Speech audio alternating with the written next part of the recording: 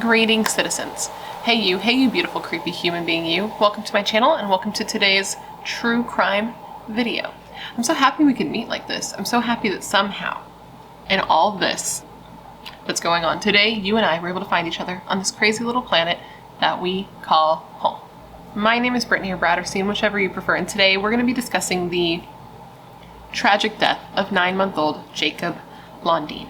But before we get started, if you have not yet had the pleasure, please make sure to join the Brat Pack by subscribing and ringing that bell. I put out a new video every single week and I would love to hang out with you. Yes, you, specifically you, but I can only do that if you join the Brat Pack and become one of us. One of us, one of us, one of us. And you can also follow me on Facebook, Instagram, and Twitter. They are all BRATTERSTEIN, but no pressure. And now that I'm done begging you to join my cult, we can go ahead and get into this video. Now, this video is on a case that's going to be a special one. It's going to be a bit unique. They're all special. They're all, obviously, every person we talk about is special. But this one's unique in that the victim we're talking about today is the little brother of somebody I know. Jacob Landin is a fellow true crime YouTuber and podcaster. His YouTube channel and his podcast are called True Consequences, which I highly suggest you check out because he's very good at what he does. And in 1987, his baby brother Jacob was killed. And though it seems very obvious what happened and who did it, to this day, okay, 87, that's before I was even born, okay, to this day, there still has not been an arrest made for the death of baby Jacob. Obviously, this is going to be a hard case to hear. Anytime we cover kids, it's tough.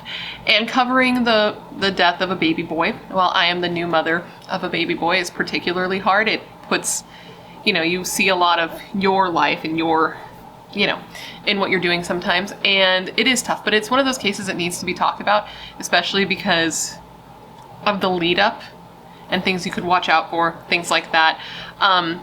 Jacob's story deserves to be told, and he deserves to be remembered and not to be a forgotten child. Now, after I tell you the whole story today and you hear everything, the lead up, the aftermath of what happened to Jacob, I want you to leave me an answer to the question of the day down below in the comments section. That is, why do you think there has been no movement on baby Jacob's case? And while we're on the subject of the comment section, I know I don't even have to say this because you're all like super cool, but sometimes some tourists pop into videos. So in case you're one of them, or in case you're somebody who might have something not so kind to say, maybe think about it, okay? Compassion, because there's a good chance that Eric or his family could see these comments because he knows that I'm doing this video, obviously. So let's just be like kind and supportive and leave nice words because they've gone through literally the worst thing a person could ever go through. And now, with all of that said, come gather around and let me tell you the story of the tragic death of 9-month-old Jacob Landin. Jacob Landin was the third child born to his mother, Brenda, and his father, Eugenia. But years before Jacob was born, Brenda had 2 children, a son named Randy, who sadly passed away at an early age, which, man, I can't even imagine how tough that must have been for them. That would be hard for anyone, but Brenda and Eugenia were super young at the time. Brenda was only 17 at the time she lost her first child, and her husband, Eugenia, was 20. And that would be hard for anybody to go through, but especially when you're that young, that's just like a lot to deal with. And on top of that, Brenda was mostly dealing with it alone, because her partner, her husband, Randy's dad, was gone all the time for work. He was a preacher and his job kept him away from the house for long periods of time. So she's having to deal with mourning the loss of a baby, which sounds like the worst thing in the entire world. And it's so sad that that happened to her twice in her life. I literally can't even put myself in that headspace, but she's dealing with it primarily by herself, which is just really sad. But anyway, apparently they were able to move on at least as well as anyone could, and they did go on to have another child, and this was a baby boy that they named Eric. And truly, I don't understand how the 2 of them did that. It seems like the most difficult thing in the world to do, to lose a child and then have another child. I've told my husband that if anything happened to our son, I don't think I'd ever have another kid, because the strength that would be required to do something like that is something that I don't think I possess. So now we're going to fast forward a little bit to July 1st, 1986, and that is when Brenda welcomed her next baby into the world, and this was Jacob Jeremiah Landin. And listen, Landin, I've heard Eric say his name on his podcast at the beginning of every episode, but still, my mouth wants to say Landin and Landin because I'm white. Landin. okay, was born. And this boy, listen, I feel like I can't get past this part as a new mother. He was a 10-pound baby. A 10-pound baby. That makes me immediately hurt. And I have two thoughts. First is like how stinking cute was this chunky little boy, but also his poor mother. His poor mother. Ow. Ooh, no. Anyways, Brenda and her son Eric, so excited when they learned that she was pregnant with Jacob. Apparently Eric always wanted a baby brother and had even like prayed for a baby brother when he was a kid. Cause like, okay, him and his mom, BFFs, best effing buds, right? FB, best effing buds. And they hung out all the time. And mom, great, fun, wonderful. But a baby brother?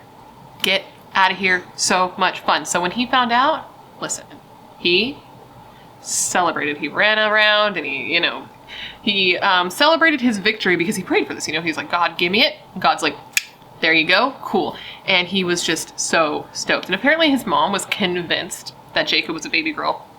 She probably wanted a baby girl. Or maybe she just felt it, because I'm telling you, I thought Charlie was a girl until the moment they showed me the ultrasound with his little ween in it. Anyways, Eric said this was like the happiest moment of his life.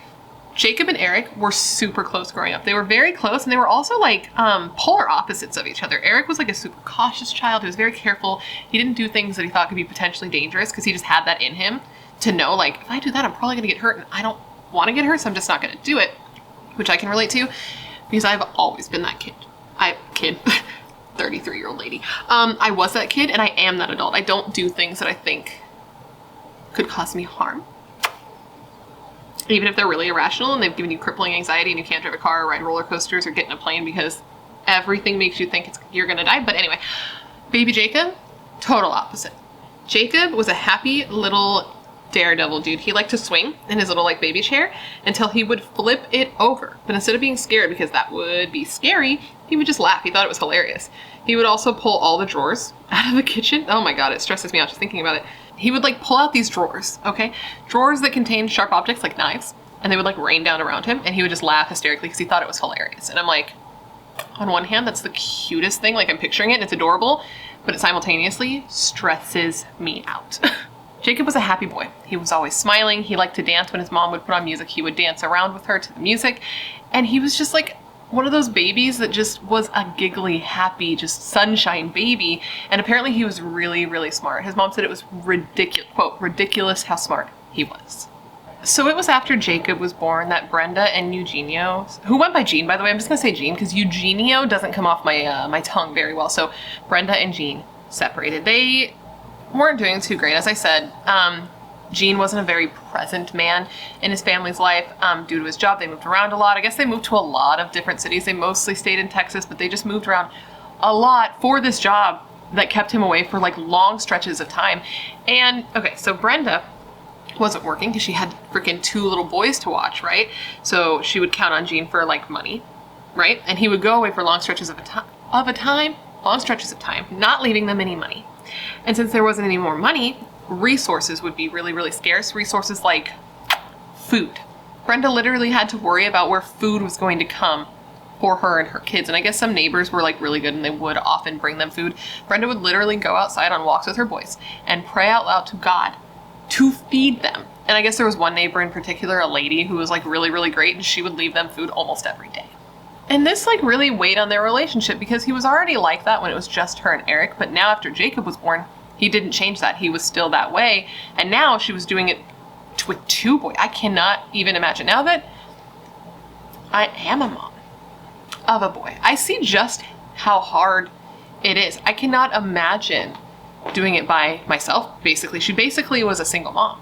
And that's incredibly hard. And it's not even like the physical part, like all the things that you're nonstop doing, like that part eventually will shut off and you can like sit down and zone out on the couch for like a second.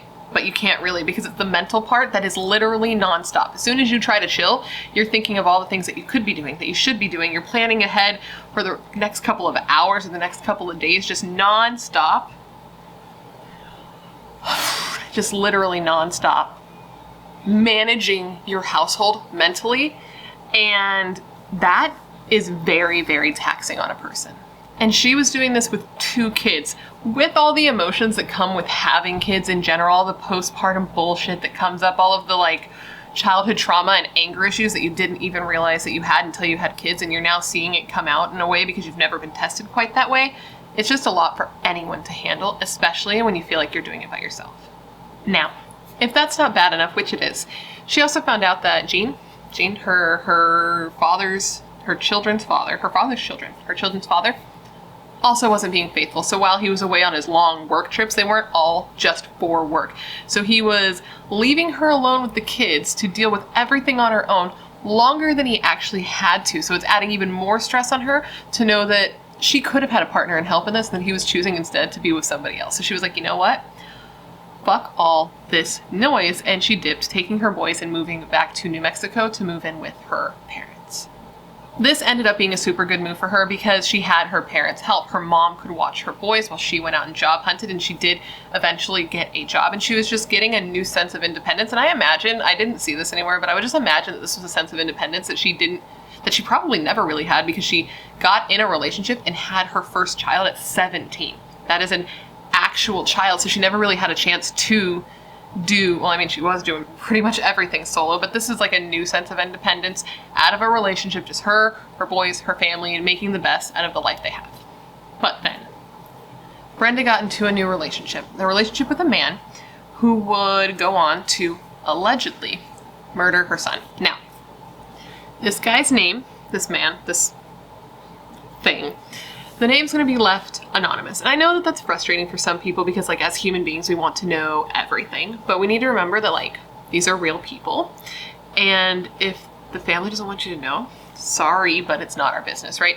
So part of the reason, because I've spoken to Eric, Jacob's brother, in preparation for making this video, and a big reason that he wants to keep it anonymous is because technically this case is unprosecuted and no one has been arrested for this crime, and he doesn't want to do anything that could potentially affect the case later down the road. So for the purposes of this video, we're going to call him Jack for Jackass, because that's what he fucking is. Okay. So Jack was a friend of Gene's. Apparently they were best friends. So Jack and Gene met through Gene's work because Jack's dad was a pastor at the church where Brenda and Gene and their family would all go to church, right? So they were all kind of connected, and I guess they're even sort of related by marriage. From what I understand, Jack's sister married Brenda's brother. I can't quite figure out how that would make Brenda and Jack related.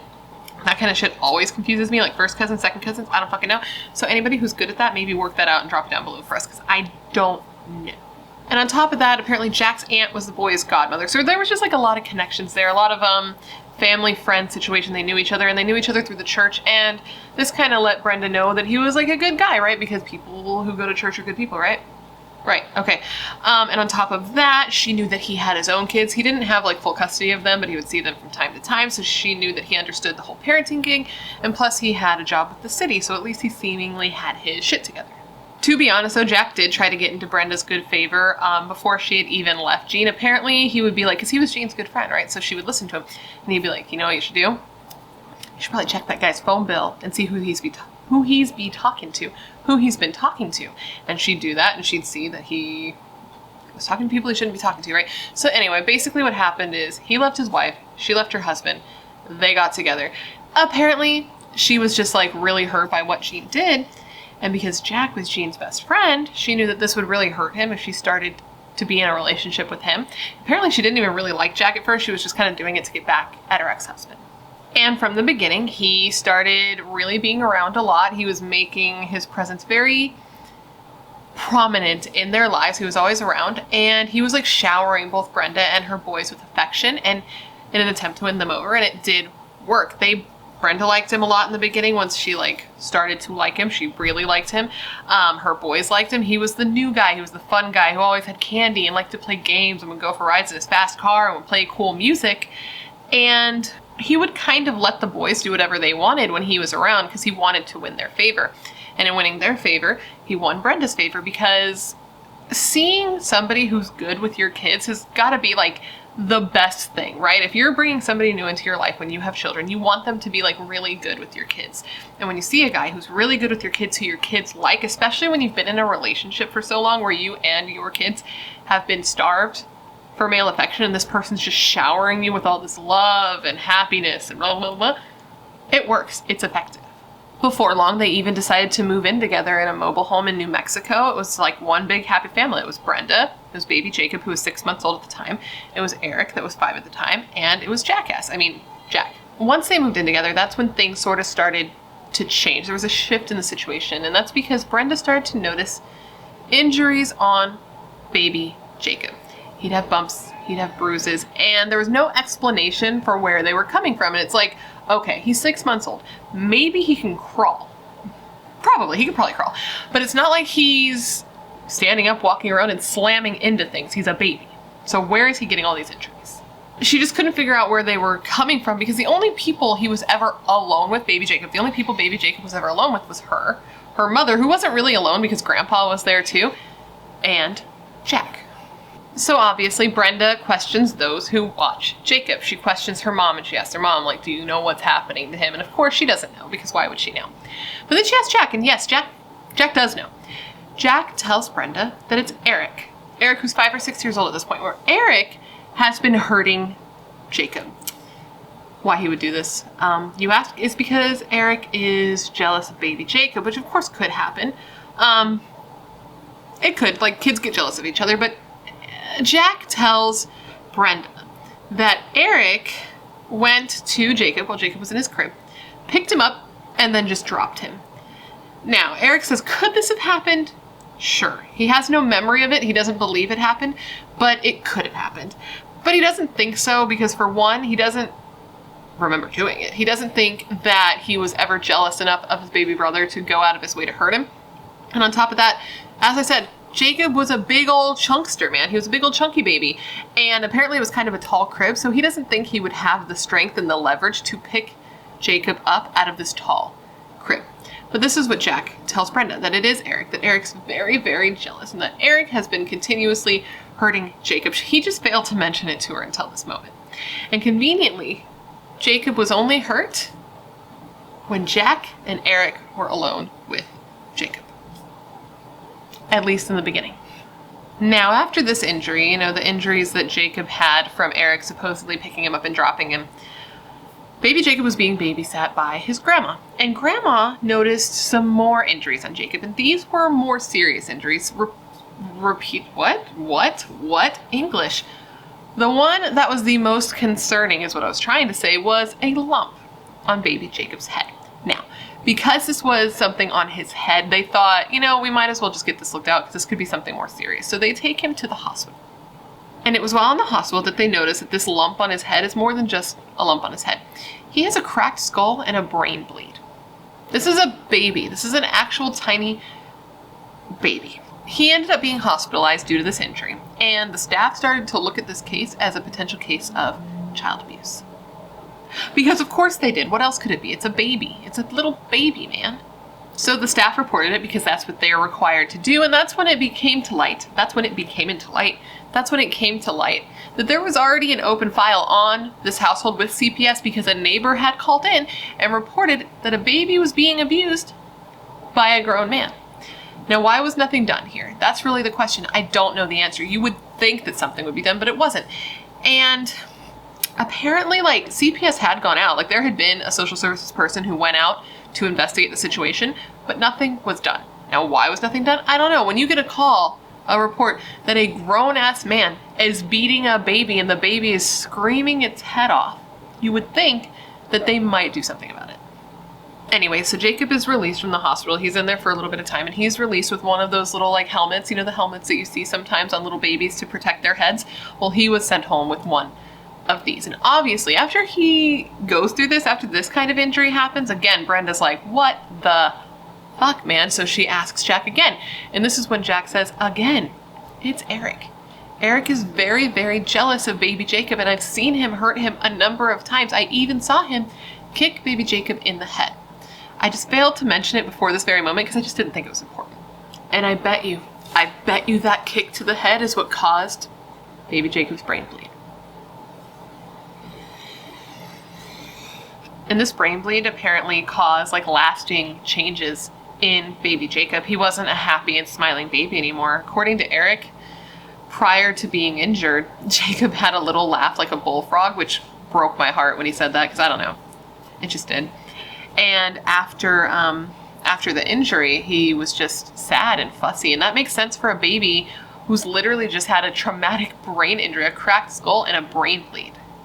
I can only imagine that he was in pain, and I would imagine that it would change something in his brain. You know, I don't know, like brain injuries seem to change people, but the doctor did say that there were no indications of any changes in his neurological status. But after that, he constantly got sick. He was throwing up and getting like ear infections. It just seemed like the brain injury made it difficult for his body to handle anything else that was thrown at it.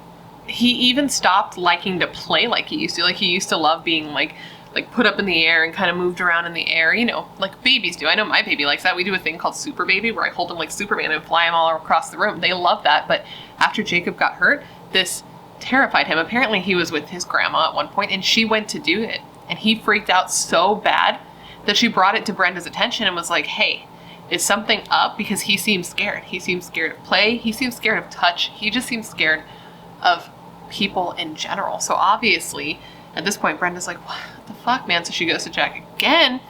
And she's like, are you maybe playing with him a little rough? Because my kid seems scared, dude. Like, my kid seems scared. And apparently it got to the point that it was so bad that Jacob did not want to be put down by his mom. If she would try to put him down, he would scream and he would freak out and he would just cling to her because he was scared and he didn't want her to put him down. And at the time, she was just like, oh, this is just how babies are. He's just attached to me. But in hindsight, she's like, I should have seen this, but you never know what's happening, right? You don't know why your kids are acting this way. You just know that they're acting this way. So she never really knew why he was so clingy, but now in hindsight, she does, and she wishes that she had been able to put two and two together sooner, but that's not her fault. He did admit at that point that, you know, maybe I play with him a little too rough. Maybe it's too rough for him. It's how I play with my own kids, so I wouldn't imagine that it's too rough, but maybe for him it is. And he like went to grab Jacob to show her how he would play with them. And apparently at this point, Jacob lost it. He freaked out. He had a total meltdown and was doing everything he could to get out of this man's like grasp. So she saw that this was clearly like a visceral reaction to him, specifically his touch. So she's like, you know what? Don't hold him anymore. Don't play with him anymore. You're not going to be alone with him anymore unless it's an absolute emergency. I feel like maybe we just need a little bit of space here. Clearly you're doing something he doesn't like, because look at the way he's reacting to you. And he's like, no, baby. That's not what it is. It's Eric. This motherfucker. Eric obviously has done something that's got him spooked, because you know that Eric keeps hurting Jacob because he's jealous of him. It was at this point that Eric was actually sent away. He was sent to live back with his father. His father was living in California. And it was at this point that Brenda was sort of starting to believe what Jack was saying. I mean, it made sense. Like, he made it make sense. Eric was young. He had gone through a lot of changes super quick. He went through it just basically being him and his mom. And they were super, super close. Then it was him and his mom and Jacob. And that was somebody to take his mom's attention away from him. And then it was his grandparents. There was a big move. It was his grandparents. And then Jack. And it just seemed to her that it's possible that this might be causing him to act out. Maybe he was rebelling. Maybe he needed just to spend a little time with his dad. And part of it, she says in interviews, because I listened to, obviously, his podcast, Eric's podcast on his brother's case.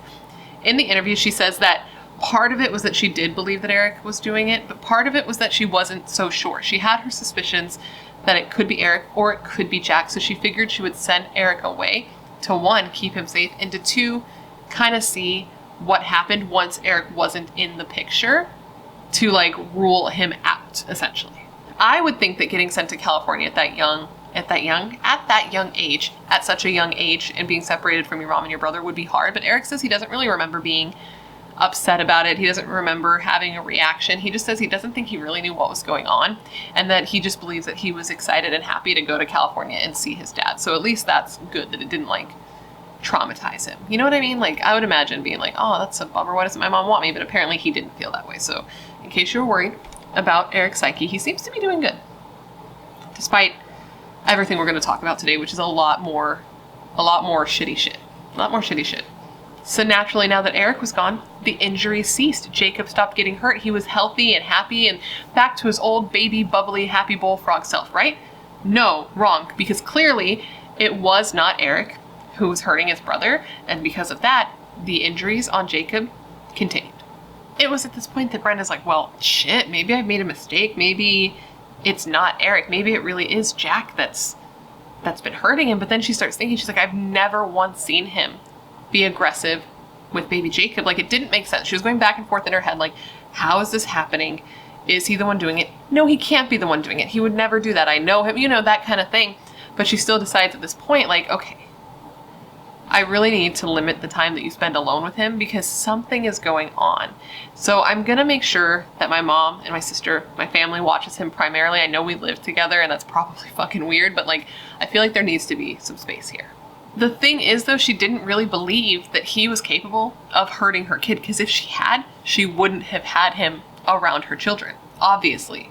She had this gut feeling that something was wrong, but she just assumed that she was wrong. She assumed that she was just making things up in her mind, like, chill, Brenda, you're just overreacting. But she wasn't. She just didn't realize that her gut was exactly right. So though she limited Jack's alone time with Jacob, it didn't stop completely because she did have limited, options for childcare. Now we're going to fast forward to April 9th, 1987. And on this day, Brenda dropped Jacob off with her mother, Jacob's grandma, while she went to work like usual. That was the situation. Now that Jack wasn't watching him, it was either grandma or auntie. Yes, very good, Brittany. You got it. So she drops him off, and Jacob's doing good. They're hanging out. He's a little bit fussy. He hadn't been feeling super well. Apparently, he had been sick recently. He had had an ear infection. He had had an allergic reaction to medication. Things weren't doing good. Things weren't going great, but he was feeling better on this day. He actually ate on this day, which I guess was the first time he had eaten in a couple of days. So he was looking like he was getting better. Now, this was a Thursday, and Brenda's mom wanted to go to a service at church. Is that what it's called? Thursday service for church, which she must really like God to go to church on the eve of Friday Eve. That's dedication to God, if I ever heard of any.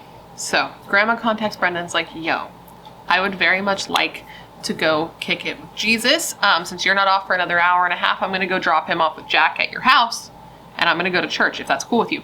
And Brenda was like, well, shoot, I do have an hour and a half left of work. I did want to go and look at this. I guess she was going to go look at a trailer after work, and she had to go right after work because the sun was going to go down. There wasn't electricity in it. So she was like, this would save me a trip from going and picking up Jacob and then going over there. And plus, it's only an hour. What's the worst that can happen in an hour? Fine. Fuck it. Go ahead and drop him off over there. That's fine. Go to church. Everything's cool. So she does that. Grandma goes over, and she drops Jacob off with Jack at about 6 p.m. And apparently, almost immediately upon agreeing to do this, Brenda just had a really bad feeling. Apparently, she immediately regretted her decision. She wished she had told her mom no. She wished she had been like, listen, God's not going anywhere. Maybe hang back for me. Keep the baby. I will be there soon. But she didn't. So she started to freak out. Her anxiety started to get the best of her. She started to just really she just had a bad feeling. And I guess it got so bad that she even asked her boss if she could leave early. She's like, I really just need to go. And he was like, absolutely not. This is 6 to 7 p.m. This is the busiest time. I don't know if you've ever worked at a grocery store, but that's a very busy time generally at a grocery store because people are just getting off of work. They're coming to get last minute things for dinner. They're putting off their errands until after a work day. So I get that because I was a cashier for a long time. But apparently at her work, it wasn't even that busy according to her. Her boss was just like, no, you have to stay, finish out your shift. So she's there, finishing out her last hour of work, scanning some groceries when who comes into her work? But Jack. Jack runs in her store, hysterical, screaming, saying that Jacob is hurt, that Jacob fell off the couch and he wasn't breathing and he was in an ambulance on his way to the hospital. So let's rewind a bit here. Jacob is dropped off with Jack at 6 p.m. By 7 p.m., Jacob's already in an ambulance on his way to the hospital. That's how fast this happened. So, the first story that Jack gave police on what happened is he says that baby Jacob was dropped off to him at 6 p.m. and he seemed to be in good spirits. He was a chill kid. He was having a good time. He says that he put Jacob in his little walker and then he turned the music on pretty loud because he was he was messing with some tapes. I believe they were cassette tapes. He was listening to music. So he had the music up loud. He had the cassette tapes. He's doing his thing. And I guess Jacob wheeled on over in his little walker and he wanted to play with some tapes too. But Jack, a lot of J's. Jack was like, no, child, I'm doing something with these tapes. Please don't. So that's when he took him out of his walker. He put him on the floor and he gave him a couple old tapes to play with to distract him. He says from being on the floor and playing with the tapes, he got tired. And at this point, he picked Jacob up to go take him to his room to take his little baby nap, right? As he's walking away, he hears that the tape rewinder like clicked, so naturally he needed to attend to that immediately, so he set Jacob on the couch instead. He said after that he turned his back and he was doing whatever he was doing, and all of a sudden he heard a noise. And when he turned back, he saw that Jacob had fallen off the couch and he was laying on the floor between the couch and the coffee table. He says he picked him up, and when he looked at his face, he saw that there was like a yellowish liquid coming out of his nose and his mouth. So he like turned him over and was like patting him on his back to try to get him to like get out whatever it was, but it wasn't working. And when he flipped him back over, he saw that Jacob's eyes were rolling in the back of his head and he started to vomit. He did add more details later on, details that I think when you hear them all, it kind of paints a different picture, and I think that they were omitted for a specific reason. He mentioned that in addition to Jacob messing with the tapes, he had also gotten into the trash, which resulted in Jack, quote, spanking his hand lightly. He said that when Jacob did start to mess with the tape, he, quote, gently pushed Jacob back. And he also said that shortly after Jacob arrived, he spit up on himself, so he had to change the baby. These are all things that would incite anger in an angry person. You know what I mean? And explain like little things. He's like, oh yeah, I pushed him. Oh yeah, I popped him lightly. Oh, he spit up on himself. Like, these are just little things that I'm like, these are the types of things that for an angry person could set them off, basically, is the way I read it. His next story was a little bit different, where he said that he actually accidentally knocked Jacob down while they were playing. Apparently he like went to rub his beard into Jacob's little baby legs, and he accidentally knocked him over, and that he hit himself pretty hard, and then he then picked him up and he held him for like 10 minutes and he seemed fine, just a little sleepy, and that he then went with his other story where he was going to go take him to bed because he was kind of sleepy, but instead he put him on the couch and all of that. But he said this time when he fell off the couch, it would be the second time he fell because he had already knocked him over once and he was playing with him with his beard leg situation, and that when he picked him up he started going into convulsions, so he held him upside down by his two legs and pat him that way. And in yet another story, he told Brenda that he had been kind of tossing Jacob up in the air, and that at one of the times that he tossed him, he missed him, he didn't catch him, that he came down crashing his head on the wooden armchair, which is very, very different. And then he tried to explain like why he would have hit Jacob in another story where he said that like he had given Jacob a teething biscuit and he had started to choke, so he had to hit him a little hard. So basically, it seems that every time new evidence was presented to him that contradicted the story he told, he just started throwing everything at the fucking wall to see what would stick. So anyways, after Jack had run into Brenda's work, going back to that, after Jack had run into Brenda's work to tell her what happened, this is when her boss was finally like, okay, yeah, you can leave. And she had been like on check stand, I guess, and she was checking somebody out, and she literally was just like, deuce, and she like ran, leaving them there. And her, Jack, and Grandma and Grandpa rushed over to the hospital where Jacob was taken. And it was when they got there that they learned that his injuries were too severe for that hospital to even handle, so he was being airlifted to another hospital. He was airlifted to the University of New Mexico Hospital, where he was rushed to the trauma center.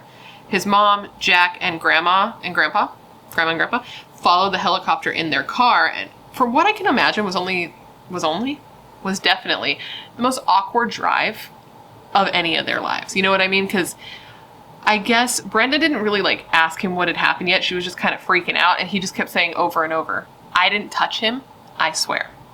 And apparently he said this like 4 or 5 times, and she hadn't even asked him.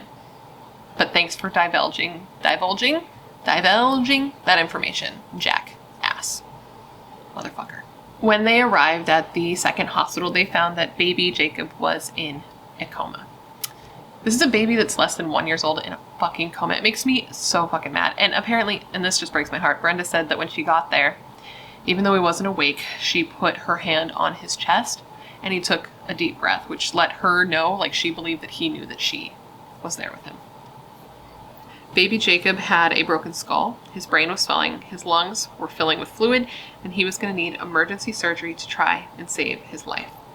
The doctors also noted older injuries on Jacob, which included the previous head injury and a broken rib. The doctor also noted slight trauma to Jacob's buttocks and believed that an open hand probably caused the recent trauma to his head. The doctor also spoke to Jack, since Jack had been with him when the injury happened, and when Jack told the doctor what had happened, the doctor was like, it seems very unlikely that a fall from a couch would cause the injuries that this baby has. Actually, he said straight up, like, a fall from a couch could not cause the injuries that baby Jacob had. And in response to this, Jack was just like, I never hit him. Hospital staff looked at these injuries and were like, well, fuck, this definitely looks like child abuse. So they call the police, and the police and social workers show up at the hospital.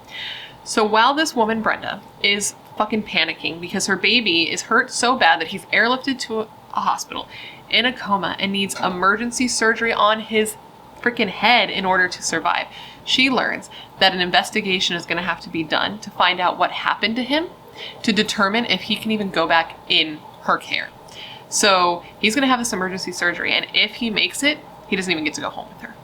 This never ended up being something that she had to even deal with happening, though, because on April 10th, 1987, at about 3:30 in the morning, baby Jacob died as a result of his injuries during emergency surgery. He was only 9 months old. His cause of death was due to a subdermal hematoma, and his manner of death was undetermined. The medical examiner said that the injury was about the size of a man's hand, and after being hurt, within 30 minutes, Jacob would start to convulse and vomit, eventually going into the coma. So he must have literally been hurt immediately upon being dropped off with Jack. I literally cannot even imagine getting or delivering this news. They had to go and tell this mother and his grandparents that this tiny baby had died. They said that when he was brought in, he was already in such bad shape that they did all they could, but that he was just too far gone at the time that they received him. And this news, I can't even imagine. I literally can't even put myself there. I can't think of anything worse than losing your child. It sounds like literal hell on earth to me, and it was too much for Brenda as well. She had to remove herself from the situation, and she just ran out of the room. It was at this point that the doctors ended up getting left alone with Jack, and the doctors noticed that his demeanor was weird as fuck, that he didn't seem sad, he seemed more worried, and then he said something to the doctors that they noted was the weirdest thing that you could say after something like this happened. He said to the doctors, quote, "Ugh, this is all gonna make me look really bad. This is all going to make me look really bad. Are you fucking kidding me?" Not, oh my God, Jacob is gone. Not like pain and grief and guilt that a baby that you had been watching had literally died on your watch. He was more worried about his stupid fucking self. It's so infuriating. It makes me so mad. I can't even imagine being that doctor. The doctor said that he did notice that Jack seemed more concerned for himself than for the fact that a baby had just died. And he said that Jack seemed to be more concerned that he would be blamed than anyone else that the doctor had dealt with in similar situations. Because let's put ourselves in this situation. If you were a truly innocent person, if you had been babysitting a baby and the baby got hurt and died while you were watching the baby, can you even imagine? Can you even imagine how you would feel? I would be devastated. I would be so guilt-ridden. I wouldn't want to live. You know what I mean? I would want to just take me off this earth right now. I cannot believe that I let this happen. But this guy isn't feeling this way. This guy is worried about how much blame is going to be put on him. And when he said it, the doctor's like, "Fucking what, bro?" And they even put it down in Jacob's file because it was such an off-putting thing for a person to say. And they knew that this case was being looked into as a case of child abuse. So naturally, Gene is contacted because this is his son who has now died. And I can't even imagine what that was like to learn, especially since he hadn't been really like an active participant in his life. He probably had a lot of guilt around that. You would have to, right? So he's told what happened, and he doesn't tell Eric what happened. He just says that something bad has happened to Jacob and that they needed to get back to New Mexico right away. So they hop on a plane and they're met at the airport by Brenda, the grandparents, Jack, and the police. The police were there because they wanted to question Eric right away. They wanted to get to him before anybody had gotten to him who could sway him, put any information in his head. They just wanted like a fresh, clean slate to talk to him. But before he went in, his mother was able to tell him that his baby brother had died.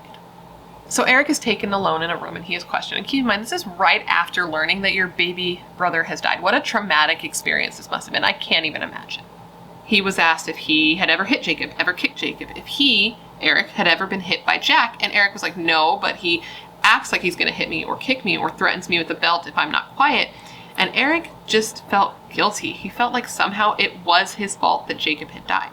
And then they asked him how Jacob had got the initial injury, the head injury that sent him home from the hospital with that helmet. And it was at this point that Eric got a little bit agitated. And he was like, I didn't hurt my brother. Everyone keeps saying that I hurt my brother and I didn't do it. Like, fuck, bro. Like, I'm paraphrasing here, but like, that's the extent of what he said. He was just like, I don't know who hurt Jacob. And as I'm sure you can imagine, this was a lot for a kid that age to handle. Like, kids don't have like a real handle on death and mortality. All he knew is that he was sad and his mom was sad and that everything was scary and that he thought he was in trouble. And because he was talking to the police, he thought he was going to jail. Eric said of this time through tears, and I quote, "I remember feeling very responsible for what happened to Jacob. I still have a lot of guilt and a lot of shame related to the whole situation. It has stayed with me even to this day. I know I didn't do anything to hurt Jacob, but it hurts to think that people thought I did, and it hurts to think that I could have hurt him, but I never would have wanted to hurt him." Police also questioned Brenda, and they straight up asked her, like, "Do you think that Jack could have purposely done this to your kid?" And she said that she didn't think so, because of course she didn't think so. If she thought that he was capable of purposely doing this to her child, he would not have been alone with her child, and she wouldn't have been in a relationship with him. Despite that, and despite like not really believing that Jack was involved at the time, Brenda and Eric, because Eric was now living with her again, moved out, and she ended the relationship with Jack. She moved back in with her parents, because she just needed, can you imagine what she was going through? Like, I wouldn't want to be in a relationship and be dealing with another person while I'm literally mourning my baby. And apparently what's really weird here is that the week after Jacob died, Jack vanished. He disappeared. Brenda had to search for him to try to get information from him. He just vanished. And when she finally did get in contact with him, he just kept saying, "It was an accident. It was an accident." But after that 1 week of absence, that was it. Jack was back, and he was not going to let Brenda get away from him that easily. He started calling her over and over. He started following her whenever she'd leave her house. He started straight up stalking her. He sent her letters. He tried to figure out where she was going and who she was going with. And he even asked her, and this is the weirdest thing, he asked her to meet him at Jacob's grave, which is the weirdest fucking request that I can think of considering the situation. But he was trying to lure her there and get her to come with promises of the truth of what really happened. But she declined that offer. Eric has said in interviews since that he believes that due to the location of the cemetery, the fact that it was really secluded out in the middle of nowhere, and knowing what he is capable of now, that he thinks it's possible that he was luring her out there to hurt her. The stalking and the harassment got so bad that he even followed her back to her parents' house, because this is where she was living at the time. And her dad was like, "You know what? Okay, enough is enough." And he went out and he chased him off of his lawn. And apparently he yelled at him "Why don't you pick on somebody your own size?" No, what he actually said is, "Why don't you hit someone who can talk?" Now, I cannot explain why, because I've never been in an emotionally manipulative or physically abusive relationship. I can only hear from those who have and try to be compassionate and respectful, and know that as human beings, we can only truly understand something to the capacity that our own life experience allows. So if you've never been in a relationship like that, let's not leave shitty comments. Actually, let's just not leave shitty comments to a grieving family, period, because that's in bad taste. And I know your mom raised you better than that. And Eric's the homie, and he might see these comments, so let's be kind, okay? But Brenda did get back in a relationship with Jack. Now, I can't understand this decision. To me, it doesn't make sense, but I've never been in that position. I've never been in a relationship like that, but it is so common for people who are in emotionally manipulative and physically abusive relationships to get back with their abuser, or to just stay with their abuser overall. And on top of that, though, in hindsight, it seems so clear that Jack was involved then, and even to this day, he hasn't been arrested. So that could make a person think that they're overreacting, to not trust their instincts, to change what you believe to be true. And on top of that, Jack had taken a polygraph test, and he had told her that he had passed. So she just thought that she was making something in her mind that wasn't there. She started to truly believe it was an accident, that the person she loved wasn't capable of purposely murdering her kid, and she also thought that if there was something to learn about what happened to Jacob, what really happened to him, being close to him was the best way to find out. So they got back together. They moved back in together. They ended up getting married and buying a house together. And it wasn't like it was a happy or functional relationship, though, because she still had her suspicions, and she was trying to get as much information out of him while they were together as she could, because the police weren't giving her any answers. But once the two were back together and now married, Jack really let his true colors shine. I feel like he had to have been like, I literally, allegedly, was able to beat her child, allegedly to death, and she still came back. So what am I going to do now that's really going to make her leave? Nothing. I can do I want. So he started to be openly aggressive and physically abusive. He was beating Brenda almost every day, and Eric felt like he had to be very careful and walk on eggshells to avoid his rage. I mean, on one occasion, Eric literally made a sandwich with the wrong kind of knife. Like, he used like a sharp knife instead of a butter knife when making his sandwich, and he literally knocked him into the dryer and locked him in his room for the entire day. It seemed like Jack would purposely be mean to Eric so that Brenda would come to his defense, so that Jack could have any sort of excuse, any sort of justification, anything to make him feel okay about beating the shit out of her. And then it made Eric feel guilty and like he was doing something wrong because his mom was always getting hurt trying to defend him. The beatings Brenda sustained were so bad that on one occasion they were going to be going to like a family gathering, and on this particular day he had his kids with him as well. So he literally had his kids and Eric line up like they were in the military, and he would go back and forth like pacing, making them repeat the story he had given them in case anyone asked what was up, because Brenda was so badly bruised. He was literally like an inch, like inches from Eric's face, screaming in his face saying that if he fucked this up, he'd kill his mom. Eric got to the point that he wouldn't make eye contact with people. He wouldn't shake people's hands. He was constantly apologizing to everyone for everything despite not needing to, and it got to the point that it would bother people. He would bother people with how much he would apologize for things. The fights and assaults got so bad that the cops would get called. They'd get called often, but they wouldn't do anything because Brenda wasn't pressing charges because she was scared of him. And of course she was scared of him. At one point, he had even held a knife to her throat and said that if she was ever going to leave him, it was going to be in a body bag. On another occasion, a fight got so bad between Brenda and Jack that he had actually taken a wire hanger and started choking her until she was losing consciousness. She truly believes he was going to kill her that day, and her life was only saved because Eric was able to break out of his room where he was locked. He took a baseball bat and he broke his bedroom window, and he got out of the house and he ran to his mom's bedroom window and just started throwing rocks at it to try to do anything to distract Jack. It just seemed like the smallest things would set this guy off, dude. Whether it just be a look that Eric gave him, or if Brenda touched his stereo, like I guess once she touched his stereo because the music was too loud for her kid to sleep, and it would just set him off, and he would accuse her of acting like his ex-wife. So I mentioned a few times now that Eric was locked in his room. So basically what would happen is Brenda would go to work, and while Jack was alone with Eric, he would lock Eric in his bedroom all day. He'd give him like food and water, and he'd lock the door and not let him out. Apparently he had everything he'd need, and he thought it was cool at first because he had like a Nintendo and a TV and a mini fridge, but he was being kept prisoner in his own room. If he had to go to the bathroom, he had to knock on his bedroom door, wait for Jack to come, tell Jack he needed to go, and if he was able to convince Jack that he was telling the truth, he would then let him go to the bathroom. If not, he wouldn't even let him out of his room. He even went as far as locking Eric in a closet with a chair for an entire day. And you might wonder, like, why did Brenda allow this? And that's what Brenda didn't know. Eric didn't tell Brenda that this was happening when it was happening because he was afraid that Jack would kill him if he did, because he told him that he would, and he believed that this was true. It was insane. Eric started sleeping with weapons in, around, under his bed at night because he was terrified of what could happen. And this was before he was even 10 years old. Bro wasn't even double digits, and he was dealing with this shit.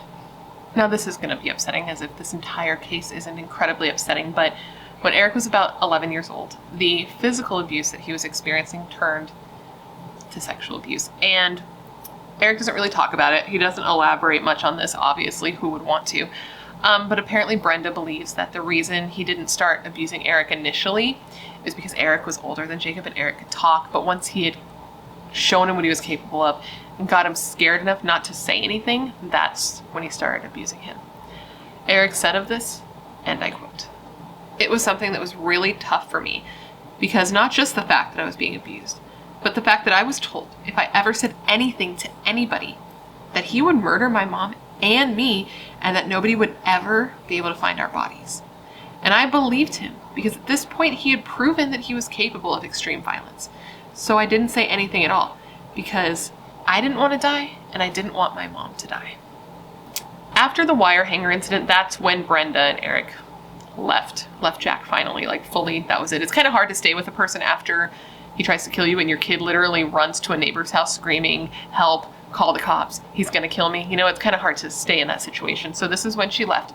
She went over to the house with her sister, with her niece, and with the cops. She got her shit, and she bounced out.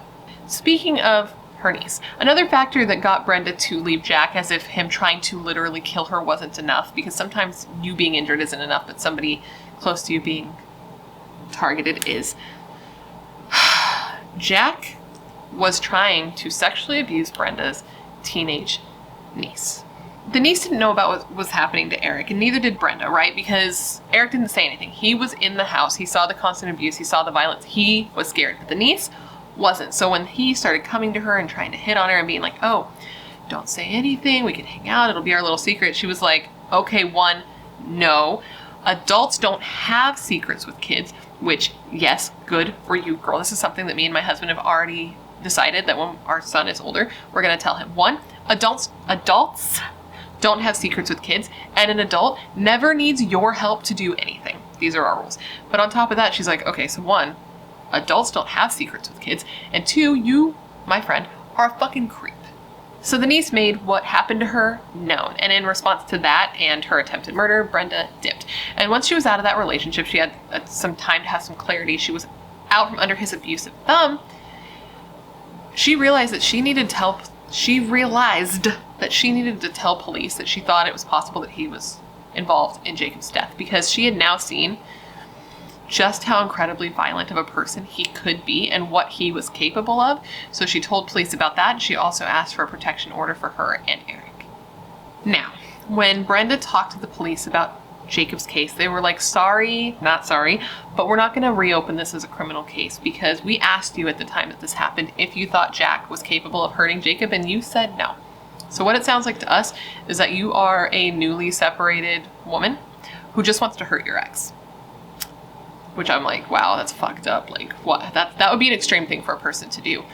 And she was like, okay, well, can I at least have my kid's file so I can see what you did or did not do? Because he was killed and this needs to be rectified. To say the very least, Jesus Christ. One of the first things that Brenda noticed when looking through this file is, you remember that polygraph test that I told you that Jack took, the one that he passed? No, he never passed that. He failed with flying colors, as one may say. If they don't say it, they say it now. He was specifically asked if he had ever hurt Jacob, and he said no. And the lie detector determined that was a lie. No doing the worm for you, Jack. You are not the father, Jack. No. He was asked by police about failing this polygraph at the time. These notes were in the case file, and he said that the machine wasn't working properly. He had taken allergy medicine before the test, and he was just so out of it and grief-stricken that he didn't know day from night and thought that he was back in a hospital, but this time he was a child. And when he was asked if he had been drinking that day, he said he wasn't sure it was possible because he typically had 2 shots a day. So he was just like back in a hospital, but this time he's a kid. Like, I don't know. He was just saying all kinds of shit here, dude. I literally can't. You can't make this up. You know what I mean? They also found in looking at the case file that Jack had confessed to what he did to Jacob at one point during the investigation. There weren't any specifics in the file about what he said exactly, but he did say that he was deceitful and untruthful when he gave police the initial statement about what happened to Jacob. And it also didn't say why he wasn't arrested on the spot for confessing or what had really happened there, but it did say that he had confessed to 2 different police officers. One of these 2 was the assistant chief of the city police department. He said that he had interviewed Jack on April 14th and that Jack had confessed, but that he was still looking into the case further to see if any criminal charges were going to be filed. He did end up getting arrested in August of 1992 for abandonment or abuse of a child, and a criminal complaint was filed, but nothing ever came of this. He was arrested at one point, and he was released, and nothing happened. And why? We don't know, because the records have since been destroyed. Apparently, it's state law that the records are only required to be kept for 5 years. So after 1997, August of 1997, those would have been destroyed. So in 2005, a now much older Eric helped his mother, Brenda, get a private investigator to look into the case, because at this point, Brenda was at the end of her rope. She had done everything she could think of. She had talked to 2 DAs and talked to some victims' rights groups, but nothing had come of it. The investigator said that in looking at all the information, it seemed pretty clear what had happened, who had done it, that Jack was guilty, and that they had enough to actually arrest him, and he didn't understand why they hadn't. So he even reached out to the DA and was like, yo, this is what I figured out. Clearly, Jack is guilty as Like, you need to arrest him. Like, you need to arrest him. Let's get on this. And the DA was like, listen, sucks to suck. I've looked at it, and I don't think there's actually enough evidence to arrest him for this. And on top of that, the statute of limitations is already passed because we didn't charge him with murder. We charged him with child abuse and neglect. And this is so infuriating, but they also didn't want a chance trying to arrest him because they thought if they arrested Jack that he would definitely sue the county. And obviously they don't want to have to spend any money, even though a baby literally lost their life. Having to spend money if this guy sues is definitely worth not moving forward. So where we are now is Jack is a free man, and no one has ever been held accountable for the death of baby Jacob. So at this point, his family is doing everything that they can to get as much attention on his case as possible. Eric has started his own podcast called True Consequences, and it focuses on bringing awareness to New Mexico true crime cases that need more coverage. I would highly suggest checking it out. Eric's great at what he does. I've listened to his podcast. He uploads his videos on YouTube as well. So you should check those both out. He's good. Like I said, he's good at what he does. And if you watch the podcast, Jesus Christ. If you listen to the podcast, you can actually hear interviews between him and his mom and hear her exact words. You can hear his exact words. And you guys give me a lot of shit about saying like, and I quote a lot in my videos, but I find that it's incredibly valuable to hear these stories from people who are actually affected by these crimes. Like, this isn't just like a story. This is something that actually happened to somebody. And no one is going to tell the story of somebody who's murdered like their loved ones would. Brenda has said that she's now telling her story so that other parents, other mothers can pay attention and trust their guts, that she wishes she had done that, that if your baby seems clingy or needy or scared, there might be something wrong. She's just basically said that if telling her story can help even one family not have to go through what her and her son went through, then it's worth it for her to open up and tell hers and Jacob's story. And with that said, that is the story of the death of baby Jacob Landin. And I know that that's a very upsetting case. I know it's very frustrating. It's especially frustrating. It's frustrating to cover murder cases, right? It's very frustrating to cover a case involving a kid. And then to know that there's nobody being held responsible, accountable for this child literally losing his life. This was an actual baby, dude. And there's just no justice. And apparently, even if he was to be arrested, if Jack was to be arrested, the max that you can get for like child abuse and neglect in that state is basically nothing. So even if this man was to get arrested, there is a good chance, because he doesn't have a criminal record, that he would just get probation. For literally ending this child's life, probation. That is insane to me. And now I want to ask you the question of the day, and that is this. Why do you think that no action is being taken on Jacob's case? Why do you think that his alleged killer walks free? But anyways, guys, that completes this video. I hope you found it interesting and informative, and it gave you all the information you would want when looking into this case. And I want to thank you for hanging out and remembering baby Jacob with me today, because he is definitely worth remembering. What happened to him is such a tragedy, dude. He was 9 months old. He wasn't even 1 year old. He didn't get 1 year on this planet. He never got to experience the world. He never got to grow up. He never got to maybe have a family, make Eric an uncle, make Brenda a grandma. He got to do nothing. He never got to experience anything because his life was stolen from him, and he was stolen from all the people who love him, and they missed out on that time with him. Eric missed out on growing up with his brother and having that friendship, that bond that you have with your siblings as adults. Brenda missed out on watching her baby grow up and seeing the person that he might turn into, seeing what he looked like, seeing what kind of person he was. And that's just so fucked up. That's not the way it's supposed to happen. Kids are not supposed to die. But anyways, guys, please let me know down below of any cases you would like to see me cover. As you know, I have a long list of cases, and anytime you leave me a suggestion, I add it to my list with your name so I can give you a shout out. I like looking into the cases that you suggest because you often bring cases that are really interesting and cases that need more coverage. And I know you're filled with good ideas and good taste. Otherwise, you wouldn't be here.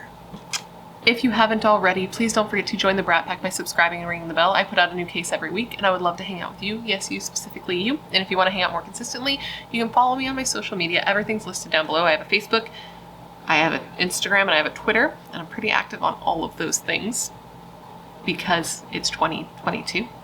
There will also be a link to my merch store if that's something that you find interesting. Or just like if you want a t-shirt or a mug, man, I don't know what to say here. I want to say a thank you to Eric for trusting me with his brother's case, because I know that that's such a personal thing. When you've lost somebody, it's weird to have people talk about it. I remember when I saw like an episode on one of those true crime shows about my friend's case, I was like, this is like a weird experience. Not that it's right or wrong, it's just strange. So I'm thankful that he trusted me enough to send me the file and, you know, let me put this video together, because it's a very sensitive topic, and I hope that his family gets the justice that they deserve, whatever that looks like for them. And with all of that said, I just want to thank you for being here when you could literally be anywhere else in the world. That's tight. You're tight. Please stay safe and be a better person than you were yesterday. At the very least, be better than Jackass. And I hope to see you in my next video. Bye.